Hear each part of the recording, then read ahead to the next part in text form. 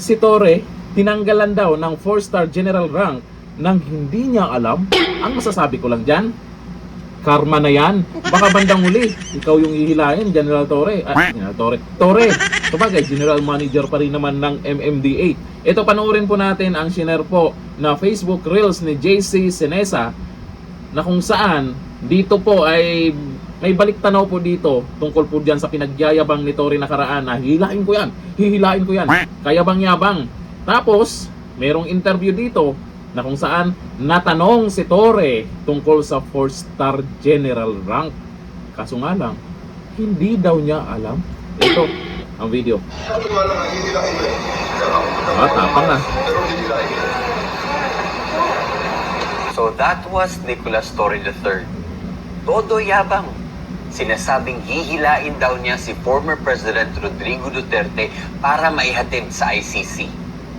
At that time, parang feeling niya siya ang golden boy ng administration. Yes. Parang untouchable, parang prized possession.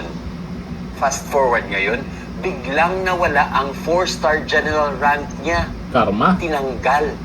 At ang mas masakit, ayon sa lumalabas na ulat, wala man lang daw malinaw na abiso. Wow. Yung ranggo, ibinigay na ngayon sa PNP chief na si Jose Melencio Nartates Jr. Ay ngayong araw, iginawad na po ang 4-star general kay General Nartates bilang PNP chief. Ano po ang inyong reaksyon dito nga sa paggawad na ng palasyo kay General Nartates ng 4-star? Can we discuss this in another interview? Kasi sa ngayon, I don't have the data. Hindi ko nga alam kung ano ang mga nangyayari sa parting yan. So ganito hindi alam. pala ang laro ng administration.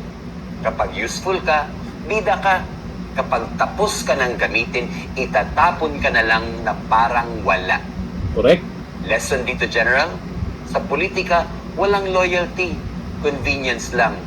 So, Mr. Torre, ito lang ang masasabi ko sa'yo. Deserve. At least kahit papano, naranasan niya. Pero yun nga lang, lumabas ang totoong kulay niya. Napakayabang mo, Torre. Ayun, ang bilis ng karma. Tapos itong mga nakasuporta kay Torre ay gusto gawin pang presidente to. Oo, mas gusto daw nilang maging pangulo itong si Torre kaysa kay VP Sara.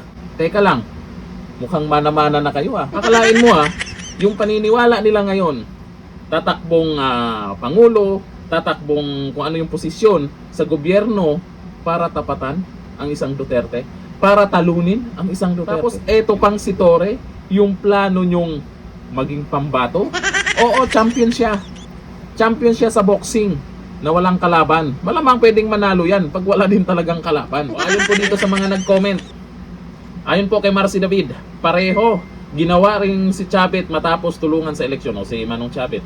Sabi ni Elaine Torres, kawawa ang mga nagpagamit tapos ibasura sa ending. Sabi ni Reynaldo Cruza, nakarma na. Ang bilis ng karma, no? Sabi ni Dennis Serrania, tagam mo. Sabi ni Lynn Almario, karma is real sa taong hanggang langit ang kayabangan. Ayan ang bilis dumating ng karma. Grabe ang yabang ni Torre nung andyan pa siya, no?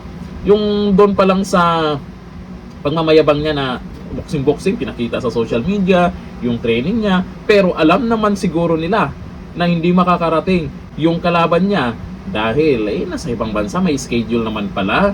Kaya para malakas ang loob niya na magbigay ng araw. Siya mismo magbigay ng araw. Yun naman pala. Okay, sabi ni Nor Reales, huwag kang mag-alala, Torre. Chill-chill ka lang muna. Sure, pati amo mo, hihilain mo rin sa 2028. Tumatak na po yan sa taong bayan yung sinasabi niyang hihilain. Torre, ngayon pa lang, hinila ka na. Pababa. Hanggang dito na lang. Thank you. Goodbye.